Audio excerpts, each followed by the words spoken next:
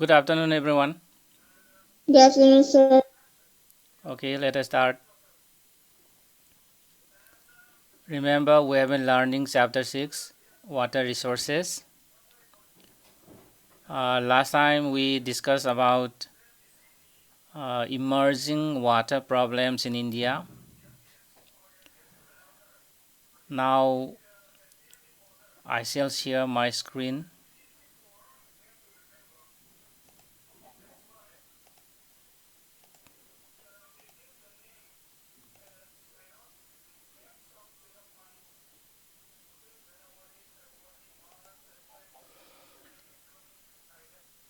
So, considering the emerging water problems like deterioration of water quality, there is need for conservation and management of water in India. Okay, so today we shall discuss about water conservation and management in India. Again, the need for water conservation and management is given here in the first sentence of this paragraph.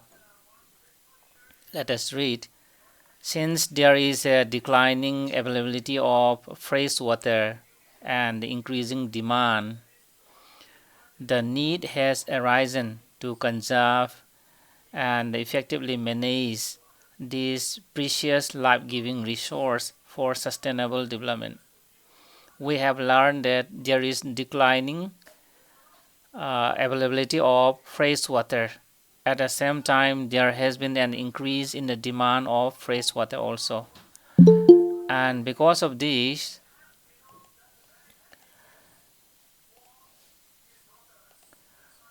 the need for water conservation and management has arisen in India. And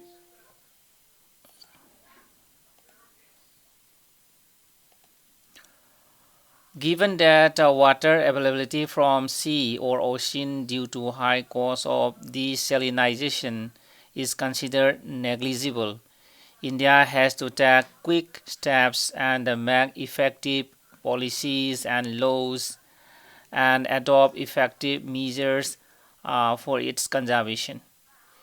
Desalination process is a very costly process, and technique. So desalination of ocean water or sea water is a very high cost of uh, process. Is a very high cost process, and that is why it is not done in India, and that is why India has to take quick steps to make effective policies and laws and to adopt those effective measures okay developed by the experts and the central as well as state governments. And besides developing these water saving technologies and methods, attempts are also to be made to prevent pollution. So now we are discussing about uh, what are the different measures or steps to conserve and manage water in India. Since we have learned that the cost of desalination is very high, and is considered negligible in India, so the government has to take quick steps and make effective policies and laws regarding water conservation and management. At the same time, we have to implement, adopt those effective measures to conserve it. And another techniques or methods to conserve and manage water is the is to develop water saving technologies, and another one is to prevent the pollution of waters. okay and there is a need to encourage watershed development, rainwater harvesting, water recycling and reuse, and conjunctive use of water for sustaining water supply in long run. So these are the different steps or measures, okay, to be taken up, or which have been taken up by the government and the others people. Okay, so watershed development, then rainwater harvesting, water recycling and reuse. All these are the steps or the means to conserve water in India. So now let us discuss about the first step, that is prevention of water pollution. So if we prevent the pollution of water, then the availability of fresh water will be increased. Okay, so let us read. Available water resources are degrading rapidly, as we have discussed earlier. The major rivers of the country generally retain better quality in less densely populated upper stretches in the hill areas. Okay, so the major rivers of India generally retain good quality water in the less densely populated upper stretches in the hilly areas. Very true. So again, in this regard, we may examine this map here. Let's see here. Last time also we have seen it, we have examined it, and just see here. Here in the mountainous areas, okay. So uh, this is a hilly state, Uttarakhand, okay, and here we have two head streams of Ganga, Bhagirathi and Alaknanda, and here in this area, in this hilly state, the quality of water is good here. And as soon as these two big rivers like Ganga River and this Yamuna River, after crossing through big cities like Delhi, okay, and Agra, then here, see here, the quality. Just let us observe about Yamuna. After crossing the city of Delhi, see here the quality of water. Poor quality of water is here. Likewise, I think you may be seeing big dots here. All these big dots represent the location of big cities in India, and see here also in Uttar Pradesh, in the Bihar area also. Since the river Ganga has crossed many big cities and towns, here we find poor quality water here, okay, in these stretches. So in plains, river water is used intensively for irrigation, drinking, domestic and industrial purposes. Okay, and the drains carrying agricultural residues like these fertilizers and insecticides. Okay, drains carrying agricultural residue, these chemical residues like chemical residues of fertilizers and insecticides, then domestic solid and liquid washes, then industrial effluents join the rivers. So in this way, uh, river water is polluted. Okay, just I think I have also explained earlier.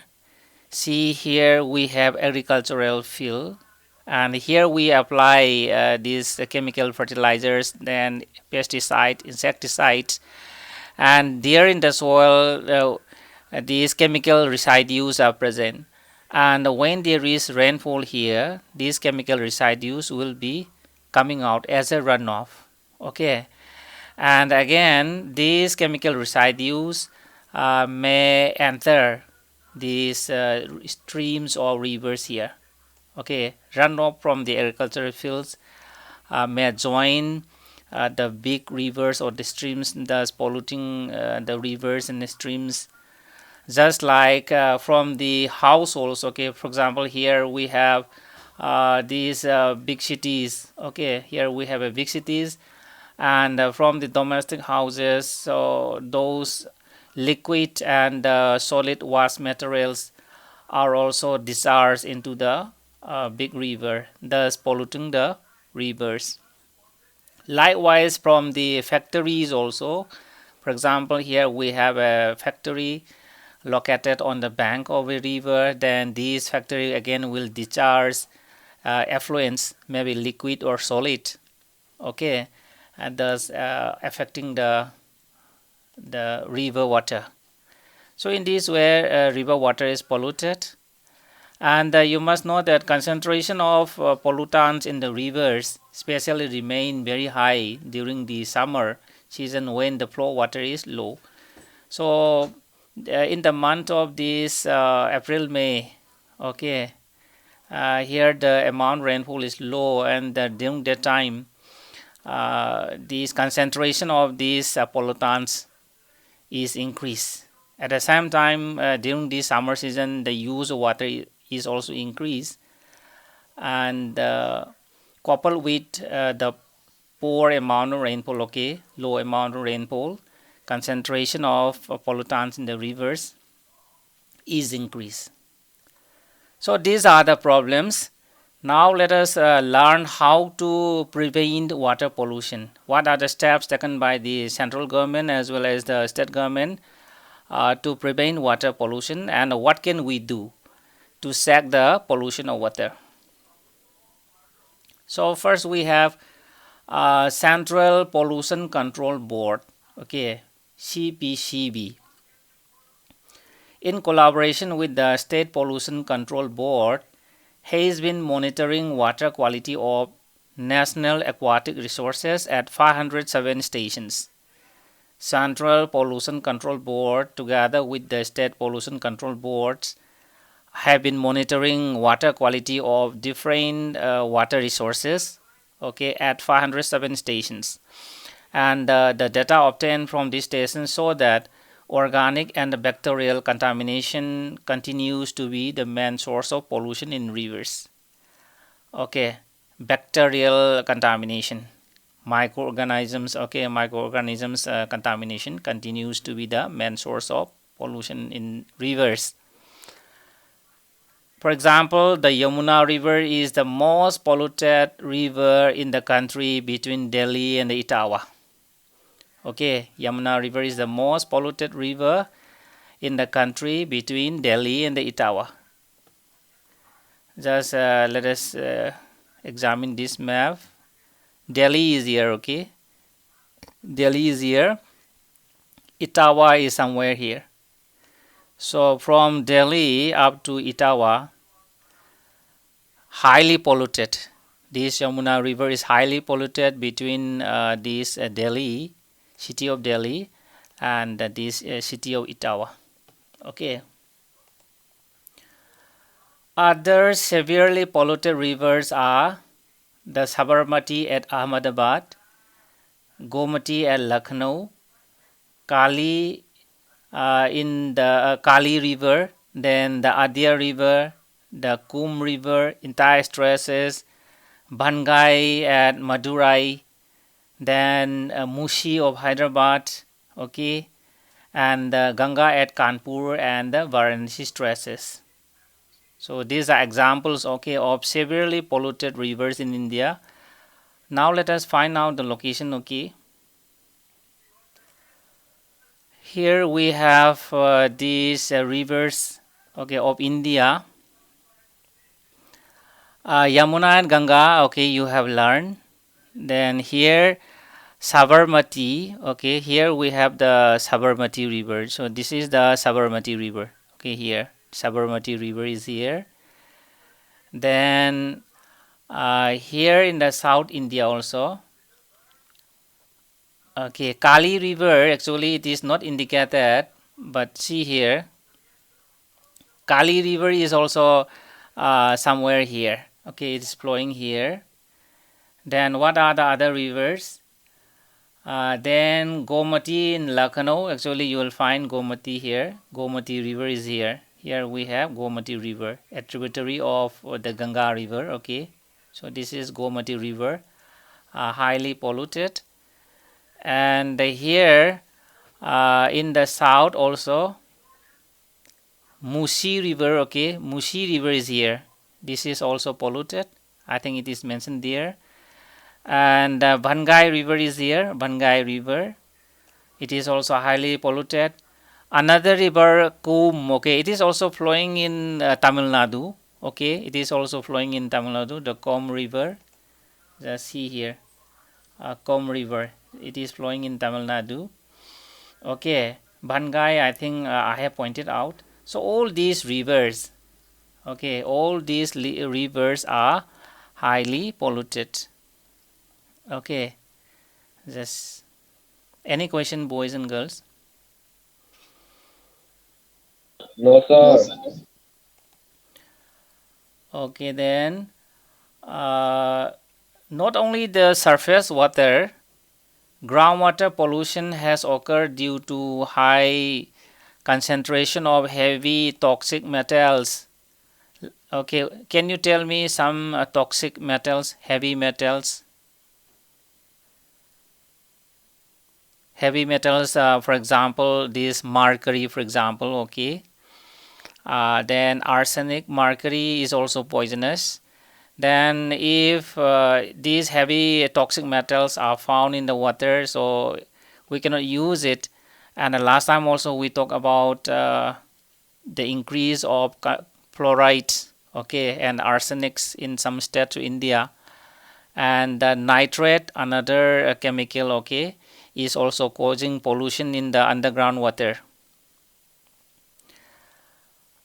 And so to prevent this surface as well as underground water pollution, okay, we have this central pollution control board, then we have state pollution control board, and they have been monitoring this surface water as well as groundwater in different places of India, and trying to check the pollution.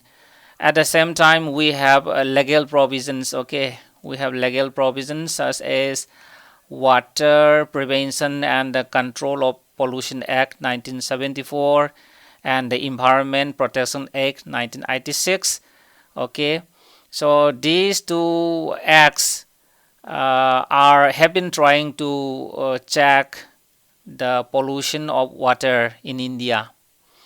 Okay, however, actually it has not been implemented properly and not effective, but still the government has been trying, okay, to stop this water pollution. And another act is also there known as the Watershed Act 1977, okay, which is meant to reduce pollution. Also marginal impact means Watershed Act 1977, actually a kind of tax is taken to improve, to manage the quality of water. So this SES Act is also meant to reduce the pollution. Okay, this is another effort taken by the government. And however, this also has a marginal impact in controlling the pollution. But still, the government is trying. Okay, is trying to increase, trying to sack the pollution of rivers, and there is a strong need. So those are the steps taken by the central and the state governments, okay, like pollution control boards, then legal provisions, SES Act. Those are the steps taken by the central government. Not only that, okay, we also need to generate public awareness about importance of water and the impacts of water pollution. We need to give education to the public also, okay, about the importance of water and about the effects or the impacts of water pollution. We need to give, okay, awareness to the public. Only after that we may be able to check the pollution of water. So the public awareness and action can be very effective in reducing the pollutants from agricultural activities, then domestic and industrial discharges. So only after giving public awareness, and only after taking up, okay, these actions, that this water pollution can be checked effectively. Okay, so that is the point mentioned here. Any question, boys and girls? No, sir.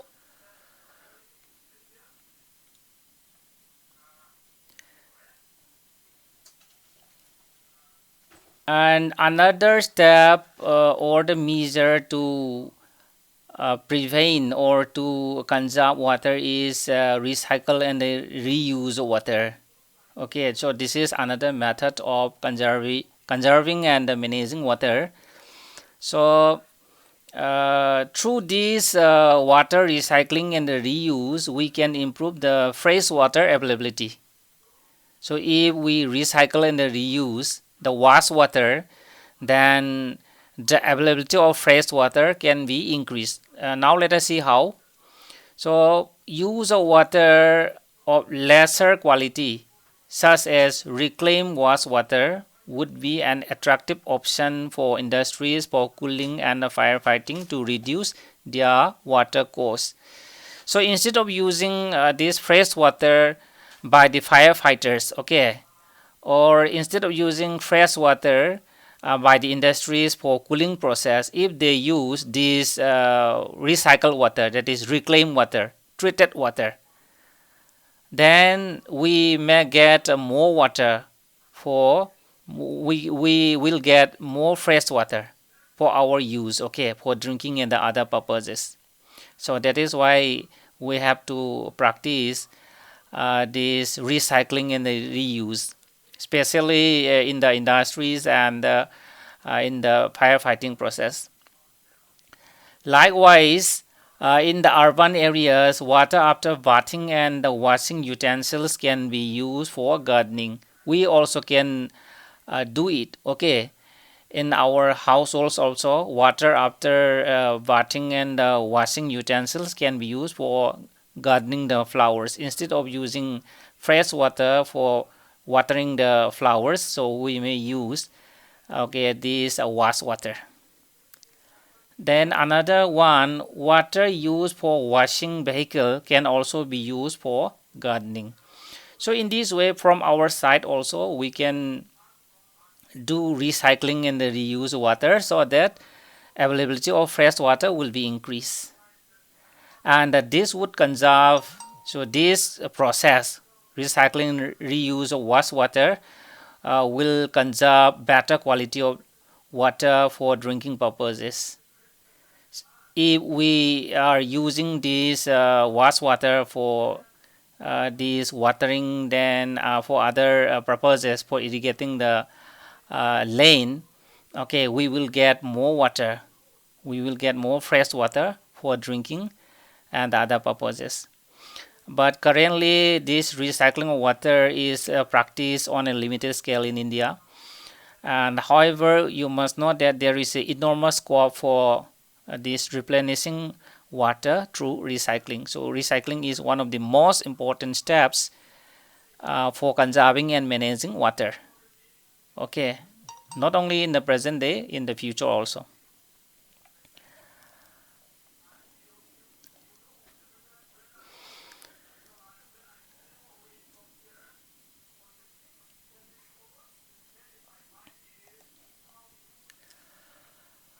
Any question, boys and girls? No, sir.